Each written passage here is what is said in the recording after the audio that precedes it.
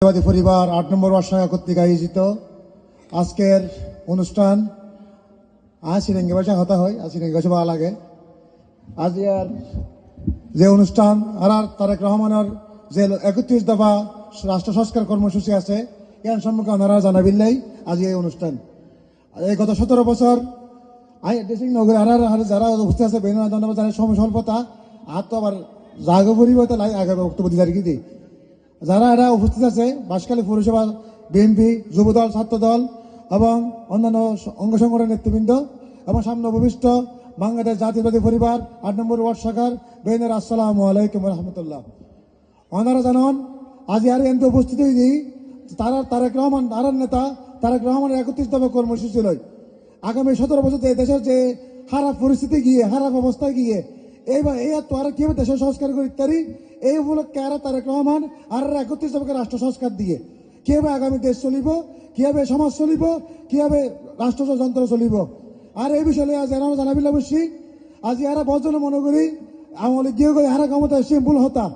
আর আজ ক্ষমতা নই মাত্র সরকার পরিবর্তন হয়ে দেয় আজ মাত্র আর হতা হবে সুযোগ পাই দি আর যদি মনে করি আমলে ১৭ বছর লড়ি বুড়ি আইয়ে আর লড়ি বুড়ি আইয়ে তাহলে ভুল আর যদি ঘুরে থাকি জনগণ আর প্রত্যাখ্যান করিব আর তো প্রত্যেকত্ব মানুষের ঘরে ঘরে যা পড়িব দুয়ারে দুয়ারে যা পড়িব আর জিও রহমানের আদর্শ মানুষের বুঝা পড়িব আর হাল্লা জির আদর্শ মানুষের বুঝা পড়িব তারেক জিয়া যে দেশ সংস্কার করেছে পদ্ধতি আর জানিয়ে এখানে আর মানুষের বুঝা পড়িব আর এই শুধু এই জিনিসের হবি নাই বসি মানে এই হতা হবিল ওনারে আশা করি ওনারা আগামী যে দেশের পরিস্থিতি হইব আগামী শুধু মানুষের বুঝা প্রত্যেকে মানুষের হাতে যাইবেন আর তারেক রহমানের হতা বুঝাইবেন বিএনপির হতা আমার মানুষের বুঝাইবেন আর আইন হন হামদগিরকম যে হামের মাধ্যমে আর দলের বিতর্কিত হই